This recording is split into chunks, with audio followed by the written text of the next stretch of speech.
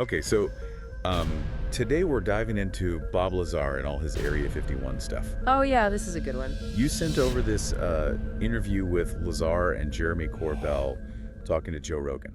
Right. It's a long one, but really fascinating. Yeah, so we're going to break down Lazar's story and see what we can learn from it, It's one of those stories that even if you're skeptical, it just makes you think. Absolutely. So let's start with the beginning. Now, Lazar talks about working at Los Alamos, Oh yeah, Los Alamos National Labs. working on nuclear physics there, Yeah. and meeting Edward Teller, the father of the hydrogen bomb. Right. And Teller recommended him for a job at EG&G, which was known for being involved in all kinds of classified projects. So already we're in like a world of secrecy and cutting-edge research, right? Exactly. Like even just those institutions, Los Alamos, EG&G, it adds this whole layer of intrigue. And then, of course, he gets to this secret facility S4 Mhm. near Area 51. And that's when things get really wild. Yeah, he describes seeing this disc-shaped craft like a classic flying saucer for the first time. It's like something out of a movie, right? Totally. He talks about thinking it was some advanced fighter jet at first, but then, Then that feeling of awe sets in. yeah, and fear, too. Like the realization of what he might be looking at. Like his whole world shifts in that moment. It's that classic scene where the protagonist stumbles upon something extraordinary and everything changes. But it's interesting how he describes his initial reaction, too. Oh, how so? Well, he talks about this tendency we have to dismiss things that challenge our beliefs. Right, like we cling to what we know, even if there's evidence to the contrary. Exactly. So, in a way, Lazar is encouraging us to confront the unknown and be open to new possibilities.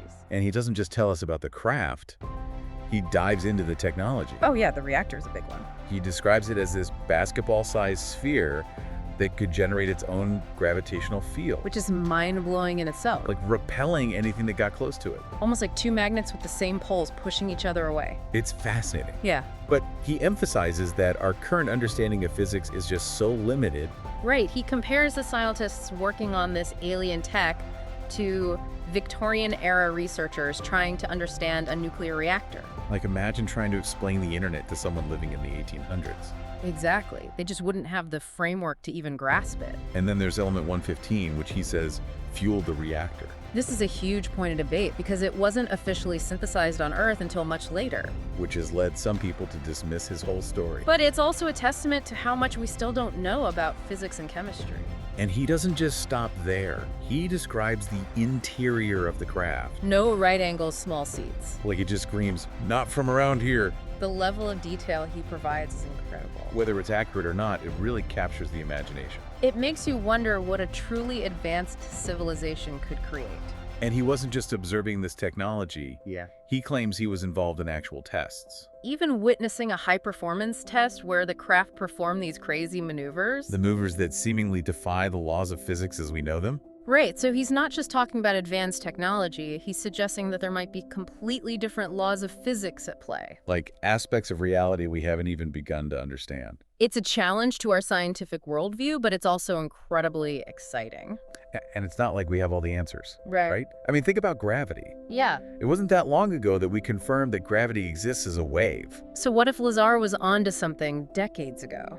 It's a mind-blowing thought. It is. It really makes you question what's possible. But Lazar's story isn't just about the marvels of technology. No, there's a darker side too. He talks about the secrecy, the lack of open discussion, and the potential dangers of working with such powerful and potentially unstable technology. Like this tragic accident where a scientist allegedly died trying to tamper with the reactor. It's a reminder that knowledge can be a double-edged sword. Absolutely, and Lazar himself got into trouble when he took some friends to witness a test flight. Which led to him being removed from the project. It's a classic case of curiosity clamped down.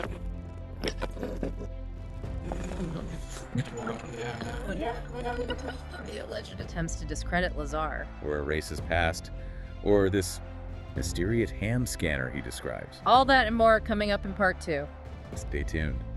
So we left off talking about how Lazar got into trouble and removed from the project. Right, taking his friends to see the test flight. Yeah, and that kind of leads into this whole other aspect of his story. The whistleblower part, Exactly, like he signed all these non-disclosure agreements. but then went public anyway. He risked everything to share what he knew. It really turned his life upside down. He talks about facing intense scrutiny, accusations of disinformation, even efforts to erase his records. Like his educational and employment history just gone. Yeah, it sounds like something out of a spy movie. Totally.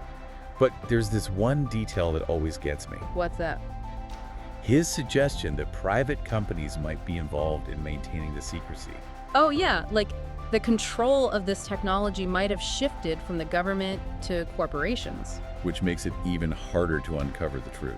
Especially with companies like SpaceX and Blue Origin doing so much with space exploration these days. It's like this blurring of lines between government and private enterprise. Right, and it raises questions about who's really accountable.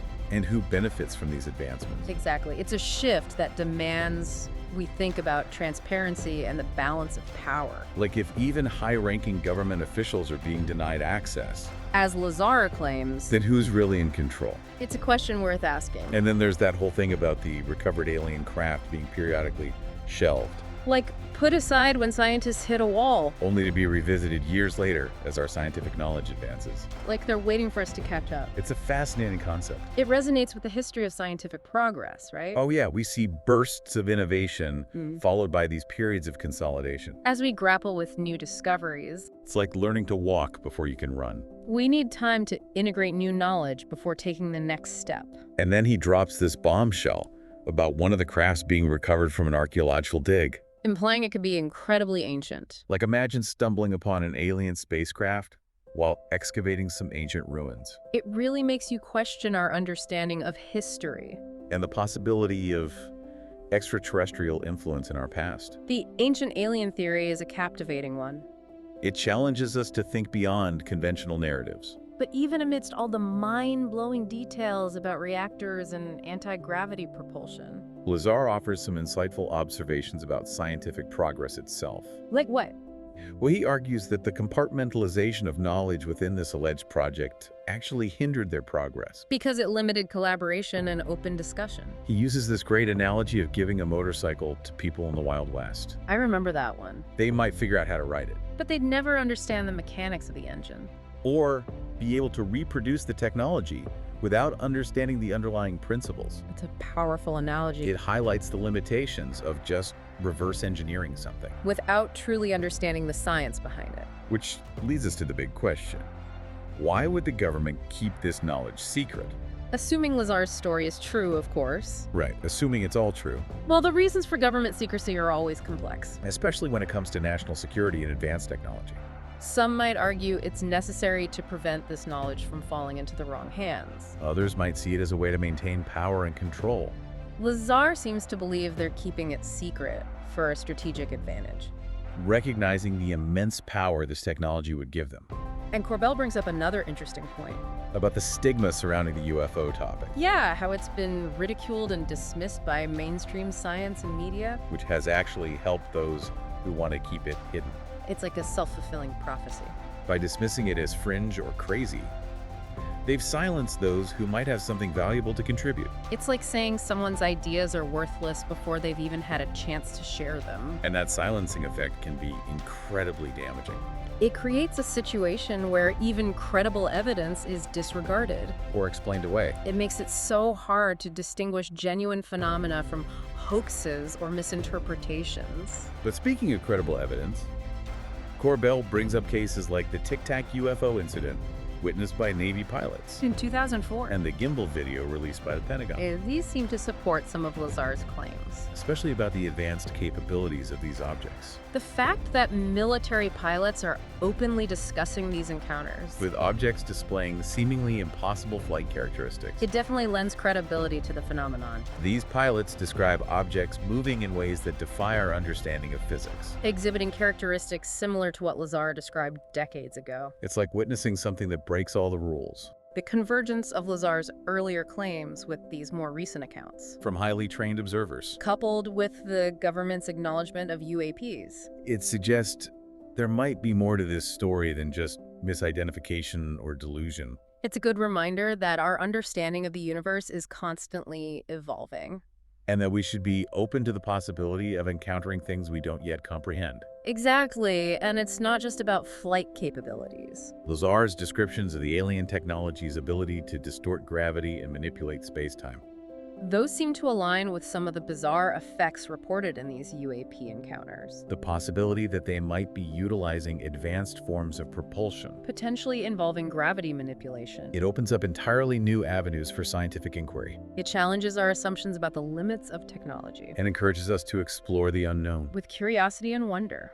But Lazar doesn't just focus on the nuts and bolts of it all. He goes deeper. He delves into the philosophical implications of encountering a civilization potentially millions of years ahead of us. Suggesting our current understanding of physics might be like a child's understanding of the universe. It's a humbling thought. It encourages us to confront our own limitations. And consider the possibility that we might be far less advanced than we imagine, He even compares us to caterpillars on the verge of metamorphosis. hinting that our current technological obsession might lead us toward a transhumanist future Where we merge with technology. and shed our biological limitations. It's a radical idea, but not entirely implausible. Considering how integrated technology already is in our lives, The line between human and machine is definitely becoming blurred. it makes you question what it means to be human in this rapidly evolving world. So where does all of this leave us? Bob Lazar's story, regardless of its veracity, Takes us on a wild ride. through alien technology, government secrecy, and philosophical questions about humanity's place in the cosmos. It's a story that continues to fascinate and provoke. Even decades after it first emerged. But there's one last piece of the puzzle we need to discuss. The document. Right. Corbell reveals this recently discovered document in the interview That seems to corroborate Lazar's claims. about the government's interest in reverse engineering alien technology. It involves a conversation between a scientist and a high-ranking admiral. Discussing a special access program focused on UAPs, This document is significant. because it suggests there might be programs operating at levels of secrecy we can't even imagine, The admiral in the document is denied access to this SAP. because it's controlled by a private entity. Adding weight to Lazar's claims about private industry's role in all of this. This revelation raises serious concerns about oversight and accountability. If even high-ranking government officials are being kept in the dark. Who's really in control of these potentially world-altering technologies? It's a question that should give us all pause. Okay, so this document that Corbell keeps bringing up, it really supports some of Lazar's more out-there claims. Yeah, it's a pretty wild document. So what exactly is it, and why is it causing such a stir? Well, basically, it's like a transcript, of a conversation between a scientist and a high-ranking admiral. Okay. They're talking about this special access program, or SST, focused on UAPs and, reverse engineering their technology. Right, and you've mentioned these SAPs before, but remind me why they're such a big deal. Oh, they're like the highest level of secrecy, like need to know. Only that even sounds- people with top secret clearances, they can be denied access. Like those locked filing cabinets you see in spy movies. Exactly. Only a select few get to see what's inside. So how does this document connect back to Lazar's claims? Well, here's the thing. The admiral in this document, who we can assume has a very high security clearance, he's actually denied access to this particular SAP. Really? And the reason they give is because the program is controlled by a private company. Wow, that lends a lot of credence to what Lazar's been saying. Right, about private industry being so deeply involved, Like operating in the shadows? beyond the reach of even top government officials. It's a little unsettling when you think about it. Oh, absolutely. It raises some big concerns about oversight and accountability, Like if someone at the admiral's level is being kept in the dark, Then who's really making the decisions? and who's benefiting from all of That's a this? huge question. It makes you think about the potential consequences of technology advancing so rapidly without the proper checks and balances. It's a reminder that we need transparency, ethical considerations, responsible stewardship, Yeah. especially when dealing with forces this powerful. Absolutely. And what about Lazar's claim that these projects get shelved and then revived? Oh, right, like put on hold and then picked up again later. Does this document shed any light on that? It kind of does. The document seems to support this idea that progress in these programs is often hindered by our current scientific understanding and limitations in material science. So they hit roadblocks and then just wait until we catch up. Exactly, like they might struggle to replicate the materials or just grasp the physics involved, and they'll put the project on hold, Until there are new discoveries or advancements. It's like they're playing this cosmic game of technological catch-up. Waiting for humanity to evolve to a point where we can actually understand what we're dealing with. It highlights that knowledge gap.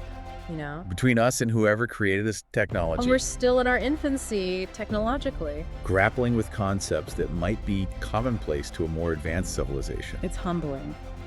So after all of this, All of the details, the corroborating evidence, the mind-boggling implications. where does it leave us? Bob Lazar's story, whether it's true or not, Right. it really forces us to confront the limits of our understanding. And the possibility of technologies far beyond what we can even imagine. It challenges us to consider what such advanced technology could mean for humanity. The benefits, the dangers, the philosophical questions. It's about our place in the cosmos. It sparks wonder, curiosity, and healthy skepticism. It makes you look up at the stars and wonder what else might be out there. It challenges us to expand our thinking, question our beliefs, and explore all those possibilities beyond our current grasp. And at the end of the day, that's what makes this topic so fascinating. It pushes us to keep learning, keep asking questions, keep exploring. Exactly. And who knows what incredible discoveries are waiting for us in the years to come. Well said. Thanks for joining us on this incredible deep dive.